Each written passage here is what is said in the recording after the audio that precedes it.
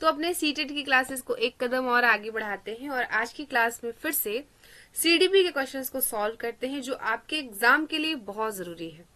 तो चलिए बिना किसी देरी के क्लासेस को शुरू करते हैं। एंड आई होप कि आप अगर क्लासेस को स्टार्टिंग से देख रहे हो, अगर आपने क्लास डे 1 से शुरू किया होगा तो आपको अपने एक बिहेवियर कह लीजिए या फिर आपके जो सीटेट के क्वेश्चन में सीडीपी के पॉइंट्स हैं वो बहुत अच्छे से सॉल्व हो रहे होंगे। तो पहला क्वेश्चन है कि एक शिक्षक देखता है कि कुछ बच्चे असफल होने पर भी प्रयास करते हैं, जबकि कुछ ऐसे बच्चे हैं जो असफल होने के बाद मतलब पढ़ना छोड़ देते हैं।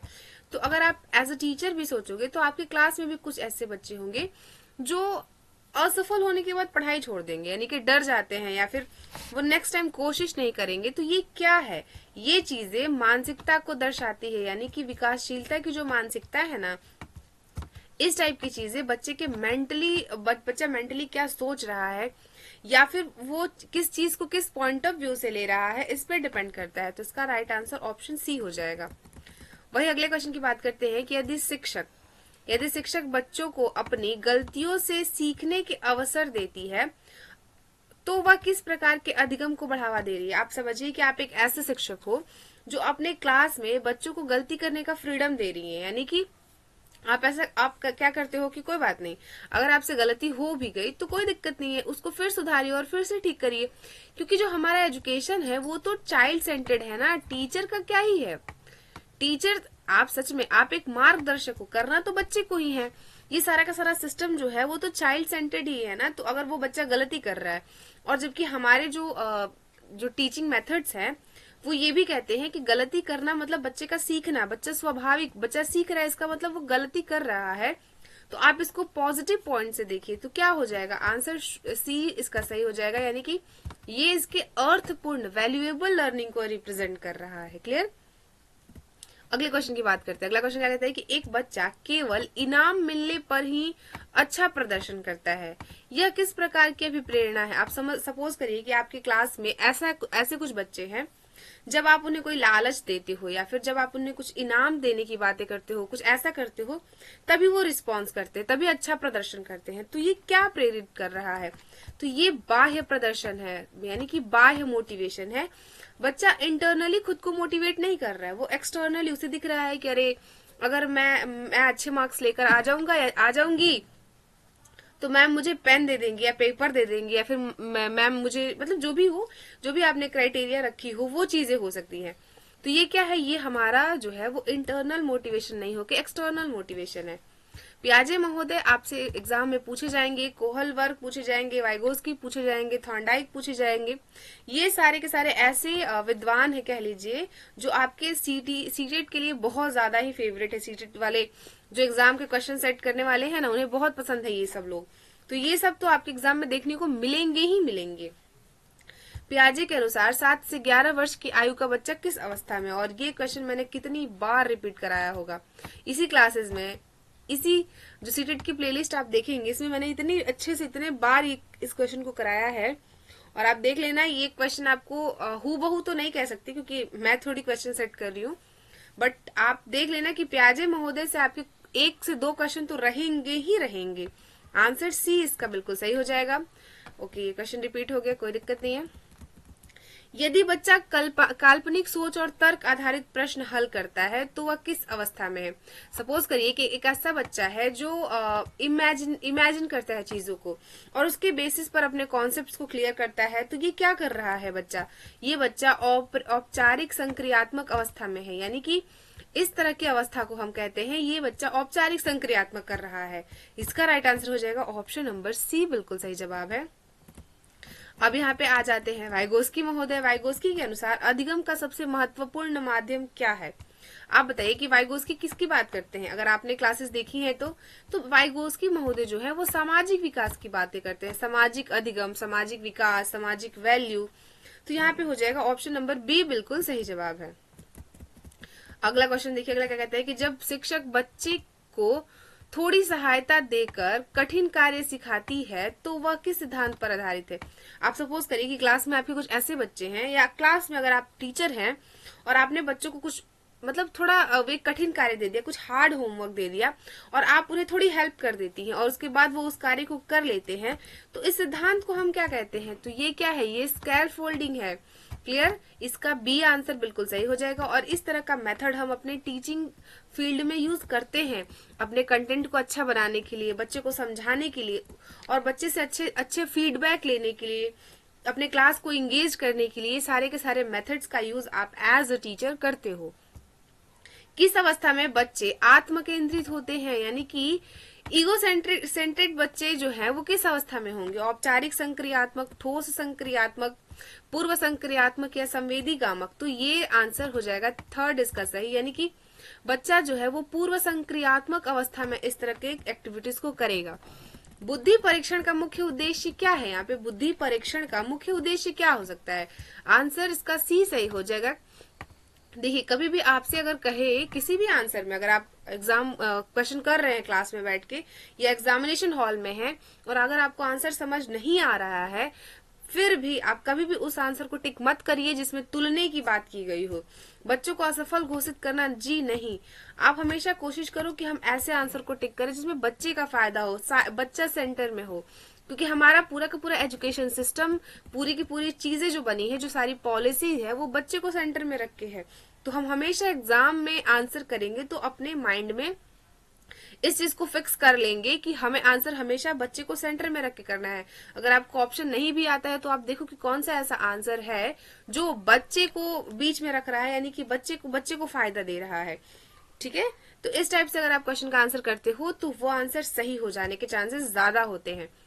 एक शिक्षक सभी बच्चों को समान तरीके से पढ़ाते हैं, जिससे कुछ बच्चे पीछे रह जाते हैं। शिक्षक को क्या करना चाहिए? अगर आप क्लास में पढ़ा रहे हो तो ऑब्वियसली ऐसे ही होता है कि हम क्या करते हैं कि हम क्लास में एक फ्लो से पढ़ाते हैं और सभी बच्चे को नॉर्मली पढ़ा देते हैं, बट कुछ ऐसे बच्चे होते हैं जो पीछे रह जाते हैं, यानी कि उन्हें नहीं समझ आता है।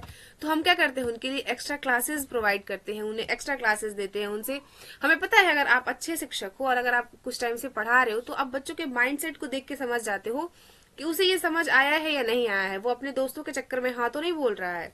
तो ये क्या हो जाएगा? यहाँ पे हम बच्चे की व्यक्तिगत भिन्नताओं को ध्यान में रखेंगे, यानी कि हम यहाँ पे इंक्लूसिव एजुकेशन की सहायता से देखेंगे कि बच्चों में उनकी भिन्नताएं क्या हैं। और देखिए, बच्चों के अंदर भिन्नताएं देखना सिर्फ उन्हें क्रिटिसाइज नहीं करना होता।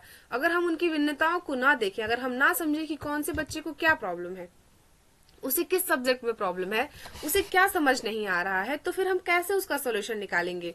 इसलिए व्यक्तिगत भिन्नताओं को ध्यान में रखना बहुत जरूरी है। समावेशी शिक्षा, इंक्लूसिव एजुकेशन आ गई यहाँ पे।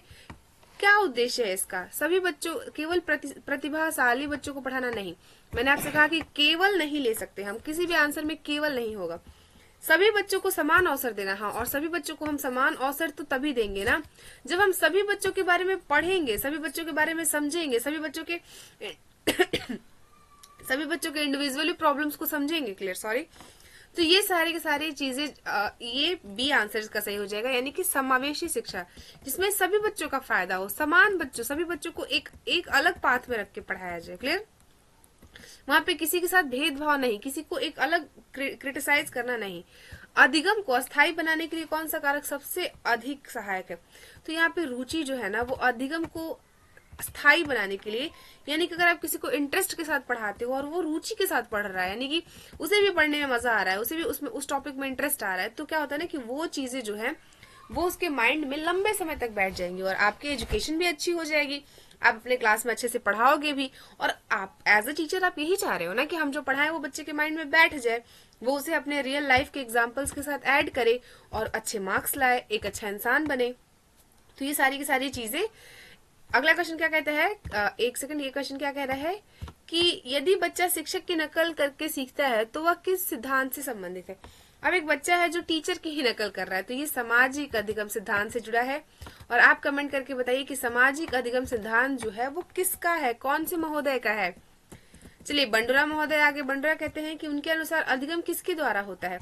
आप बताइए कि बंडुरा महोदय के अनुसार अगर हम देखें तो हमारा अधिगम जो है वो किसके द्वारा होता है? तो ये कहते हैं कि अवलोकन और अनुकरण, ये दोनों हैं जो फैक्टर हैं अधिगम के, यानी कि लर्निंग के। अगला क्वेश्चन है कि यदि शिक्षक बच्चों को समूह में कार्य करवाता है तो वह किस प्रकार का अधिगम है। तो अगर बच्चे को समूह में कार्य कराएगा तो ये व्यक्तिगत कैसे हो जाएगा।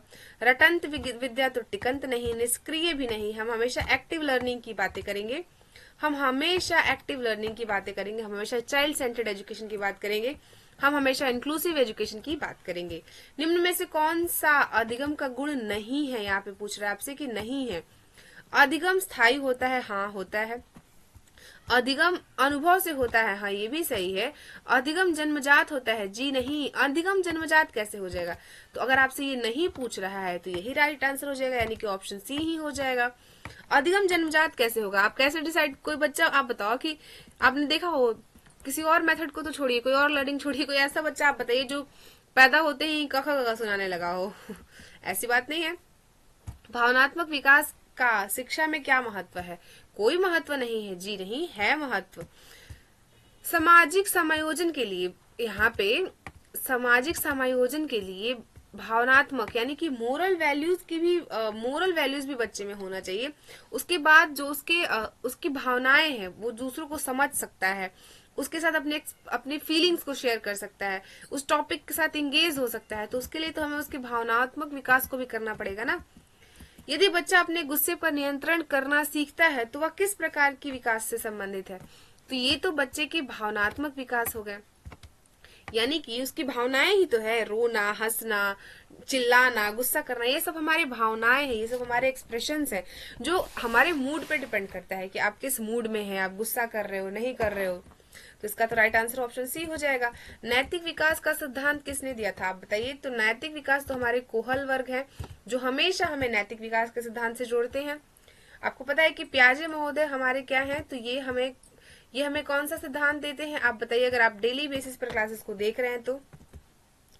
अगला क्वेश्चन की बात करते हैं। अगला कहते हैं कि कोहल वर्ग के अनुसार नियमों का पालन केवल दंड के डर से कराना किस स्तर को दर्शाता है।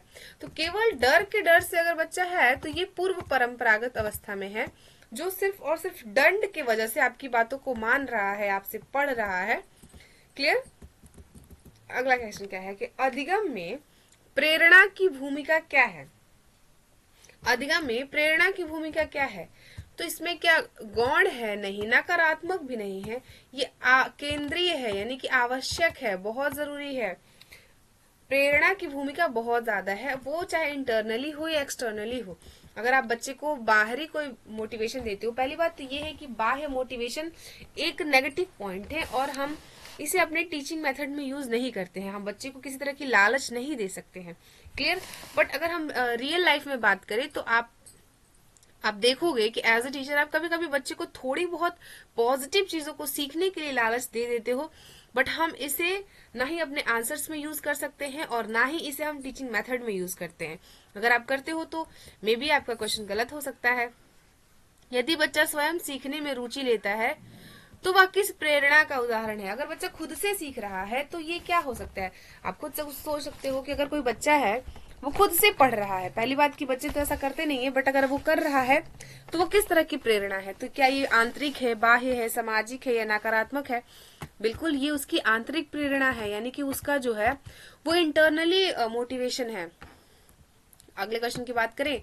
अगला क्वेश्चन हमारा कहता है कि कक्षा में लोकतांत्रिक यानी कि एक डेमोक्रेटिक वातावरण बनाने के लिए शिक्षक को क्या करना चाहिए। अगर आप एसएसटी के टीचर बनने वाले हैं या फिर आप कोई भी सब्जेक्ट के टीचर होने वाले हैं तो आप बताइए कि आपका क्लास का वातावरण कैसा होना चाहिए। क्या वो एकदम तानाशाहपूर्ण हो या फिर बच्चों पर नियंत्रण रखने वाला हो। नहीं, ऐसे क्लास में आप क्या करोगे जिसमें बच्चे पे नियंत्रण करोगे तो आप एक अच्छे शिक्षक कैसे बन पाओगे। बच्चों को निर्णय में शामिल करिए। हाँ बिल्कुल ये सही जवाब है। जैसे कि हमारा लोकतंत्र जो है, लोकतंत्र में हमारी भागीदारी होती है। अगर आप 18 वर्ष से अधिक हैं तो आप लोकतंत्र में भागीदारी देते हो, यानी कि अपने प्रतिनिधि का चुनाव करते हो जो आपके मतों को यानी कि आपकी बातों को आगे संसद में जाकर रखते हैं और उसके बाद कानून बनता है। सिंपल सा फंडा है। तो क्या है कि हम हमारे देश में हमारे मतों की वैल्यू है, वैसे ही हमारे क्लास में हमारे बच्चे जो है वो हमारे निर्णय में शामिल होने चाहिए। और इस तरह से अगर हम क्लास को ओरिएंटेड करेंगे तो इसे ही हम एक लोकतांत्रिक वातावरण या फिर लोकतांत्रिक क्लासरूम कह सकते हैं। बच्चों की सीखने की गति अलग अलग होती है, इसका क्या कारण है आप बताइए। क्या है, क्या शिक्षक है। नहीं, व्यक्तिगत भिन्नताएं हैं। हाँ जी बिल्कुल। यानी कि ऑप्शन बी बिल्कुल सही हो जाएगा। ये बच्चों के इंडिविजुअली डिफरेंसेस ही तो है, जिसमें कोई बच्चा बहुत तेजी से सीख लेता है, कोई स्लो लर्नर है, कोई फास्ट लर्नर है। किसी को आप समझाओगे तो उसे पहले समझ नहीं आता है, किसी को आपको रियल बेस से एग्जांपल्स देने पड़ते हैं, किसी को आप किसी और वे से समझा सकते हो, किसी को एक्स्ट्रा क्लासेस देनी पड़ती है, कोई और बच्चा जिसे होमवर्क के थ्रू आप समझाते हो, किसी और बच्चे को आप किसी और एग्जाम्पल से समझा रहे हो। तो ये क्या है, ये उनकी व्यक्तिगत भिन्नताएं हैं और आपको अपने क्लास में इन सारी चीजों को ध्यान में रख के ही पढ़ाना चाहिए। यदि बच्चा किसी समस्या का समाधान अचानक पा लेता है तो वह किस अधिगम का उदाहरण है? तो ये तो अंतर्दृष्टि अधिगम है, यानी कि बी इसका बिल्कुल सही आंसर हो जाएगा। अगले क्वेश्चन की बात करते हैं। अगला क्वेश्चन हमारा क्या कहता है कि गेस्टाल्ट सिद्धांत किस पर जोर देता है? तो ये किस पर देगा? ये भागों पर, देखिए संपूर्णता पर, अभ्यास पर। यहाँ पे संपूर्णता है, अभ्यास पर। देखिए अभ्यास भी कहीं ना कहीं नेगेटिव वर्ड है। वैसे तो हम हमेशा कहते रहते हैं कि रिवीजन करिए, अभ्यास करिए, अभ्यास करिए, अभ्यास करिए, बट ये भी चीजें कहीं ना कहीं हमें रटने की तरफ लेके जाता है। और आपको अपने क्लासरूम में कभी भी रोड लर्निंग को प्रमोट नहीं करना है, यानी कि हम उन्हें रटवाएंगे नहीं कोई चीज, हम उन्हें समझाएंगे, उनके माइंड में उस चीज को, वो एक ऐसा नहीं होता कि मतलब उन्हें छाप नहीं देना है, आपको रट्टू तोता नहीं बना देना। जैसे हम पढ़ते थे क्लास में खड़े होके 1 2 1 जा 2 2 2 जा 4 2 3 जा 6, ऐसे चीजें नहीं करनी, हमें उसे समझानी है वो चीजें। हम उन्हें रट्टू तोता नहीं बना सकते हैं। बुद्धि का बहुआयामी सिद्धांत किसने दिया था? तो ये तो आपको दिख ही रहा है, और ये आपको पता होना चाहिए कि ये हार्वर्ड गार्डनर महोदय ही हैं जो बुद्धि लब्धि का सिद्धांत देते हैं। कक्षा में भय का वातावरण किसे बढ़ावा देता है? तो भय का वातावरण जो है वो किसे बढ़ावा देगा? आप बताइए, क्या यहाँ पे रचनात्मकता आएगी? अगर क्लास में बहुत ज्यादा भयावह वातावरण कर लीजिए, आप बच्चों को पीटने लगे, गाली गलौज कर दीजिए, सारे लोगों को बाहर कर दीजिए, चिल्ला चिल्ली शुरू कर दीजिए, तो क्या वहां पे क्रिएटिव लर्निंग होगी? नहीं। तो क्या उनका मोटिवेशन बढ़ जाएगा? कभी नहीं बढ़ेगा। वहां पे सिर्फ और सिर्फ एक ही चीजें बढ़ सकती है, वो है तनाव। वहां पे बच्चे आपसे डरेंगे, क्लासरूम में एक अलग सा माहौल हो जाएगा, आप बच्चों को पढ़ा नहीं पाओगे। बच्चों में आत्मविश्वास बढ़ाने का सर्वोत्तम तरीका क्या है? क्या हो सकता है? दंड दे देना। आप बच्चों में अगर तुलना करोगे तो क्या उनका आत्मविश्वास बढ़ जाएगा? क्या आप बच्चों को दंड दोगे तो उसका आत्मविश्वास बढ़ जाएगा? प्रोत्साहन या उपेक्षा? यहाँ पे देखिए, इस ऑप्शन के थ्रू तो आप प्रोत्साहन पर जा सकते हो, लेकिन बच्चों में प्रोत्साहन की जो प्रक्रिया है ना, वो भी हमें कहीं ना कहीं नेगेटिविटी की तरफ लेके जाती है, तो इसे भी हम सही नहीं मानते हैं। बट इस ऑप्शन के थ्रू आप सी आंसर के साथ जाइएगा अगर ऐसे ऑप्शन हो तो। एक अच्छा शिक्षक वह है जो केवल पाठ्यक्रम पढ़ाता है। कभी भी एक अच्छा शिक्षक वो नहीं हो सकता है जो सिर्फ और सिर्फ पाठ्यक्रम पढ़ाए, बच्चों को डराए नहीं। बच्चे को नहीं डरा सकते आप, केवल परीक्षा पर ध्यान दे। अगर आप सिर्फ परीक्षा पर ध्यान दोगे तो आप कैसे अच्छे शिक्षक बनोगे? बच्चों की आवश्यकताओं को समझना। जी हाँ, ये बिल्कुल सही हो जाएगा। ऑप्शन सी इसका बिल्कुल सही आंसर है। यानी कि एक अच्छा शिक्षक वही है जो अपने बच्चों की आवश्यकताओं को समझे, क्योंकि इसका तो कोई फायदा नहीं है ना कि आपने कुछ भी पढ़ाया और पढ़ा करके चले गए।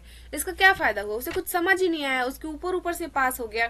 तो आपको पहले उस बच्चे के मेंटल कंडीशन को समझना है कि उसे कितना पता है। उसके बाद आप क्लास में ओवरव्यू करिए कि क्या समझ आया उन्हें कितना पता है, उनके प्रीवियस नॉलेज क्या रहे हैं। देन आप अगर उन्हें पढ़ाते हो तो वो जो लर्निंग है वो इफेक्टिव लर्निंग होगी और एक बहुत लॉन्ग टाइम तक चलेगी भी चीजें। तो आज के ये सारे क्वेश्चन कंप्लीट होते हैं। इसी के साथ मिलेंगे आपसे कल के वीडियोस में। तब तक के लिए थैंक यू सो मच। पढ़ते रहिए, स्वस्थ रहिए और मस्त रहिए। जय हिंद।